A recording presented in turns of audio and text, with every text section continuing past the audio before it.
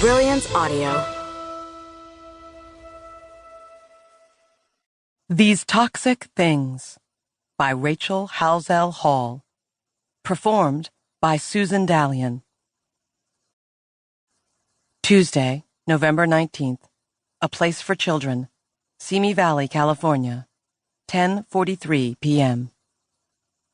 At that time of night, there was peace. No burbles from the water cooler, no ringing telephones or whooshing copiers. Just her hands scratching against paper envelopes. Just her sweet soprano harmonizing with Ariana Grande's. At 23 years old and the most junior on the team, Allison Cagle stuffed envelopes as part of her job. Didn't matter that she didn't have a car. Didn't matter that Jessica, her work best friend and regular ride home, had just called 3 minutes ago. Little Connor had a fever, and Jessica needed to drive him to the emergency room. Watch your back. Don't want to stress out over you two. Didn't matter that Allison had no idea how the hell she was getting home now. None of that mattered, because the annual awards luncheon was tomorrow afternoon, and 300 envelopes, containing drink tickets, table numbers, and for 50 VIPs parking validations, needed stuffing. With smoky blue eyes and a sleek SoulCycle body, Allison hadn't anticipated this much office work. Filing, collating, and stuffing killed her manicure.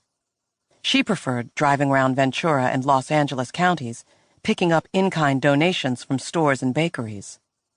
The Lakers once. She'd expected more wooing donors and taking minutes at important meetings as she brushed blonde tendrils from her heart-shaped face. Flirty work, all in the name of charity and for kids caught between the foster care system and juvenile detention. Not stuffing envelopes alone in a building at 10 o'clock at night, she muttered as she pulled a can of pepper spray from her purse and slipped on her raincoat. Busy in the afternoons, Cochran Street was now clear of all traffic. Street lamps threw weak light on wet roads, wet sidewalks, and the leaves of the magnolia trees. Rain, the annoying gnat-like kind, swirled around her. Way out here in Simi Valley, 41 miles north of Los Angeles, the brush fires had nearly burned down the Ronald Reagan Presidential Library. The flames had leveled too much brush, and now the streets chugged with mud.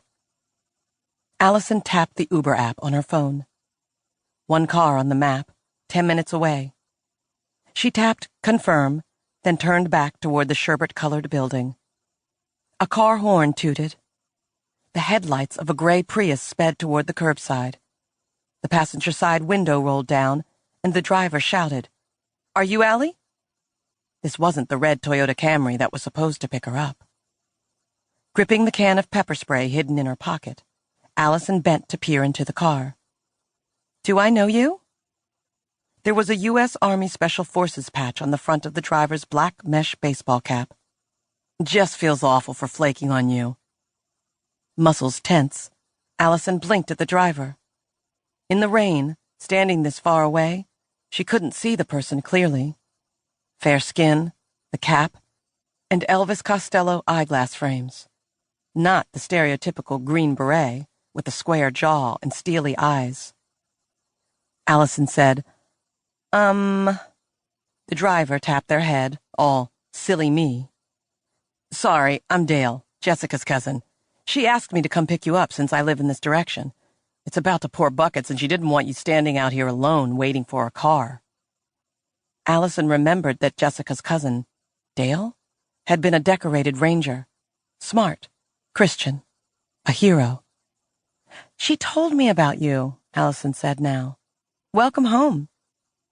Jelly bean-sized raindrops exploded from the sky. In the roar of rain, another car horn blared, this one from a white Ford F-150 driving from the opposite direction. Skinheads. Jessica had warned her. Watch your back. The Ford slowed as the driver eyed her.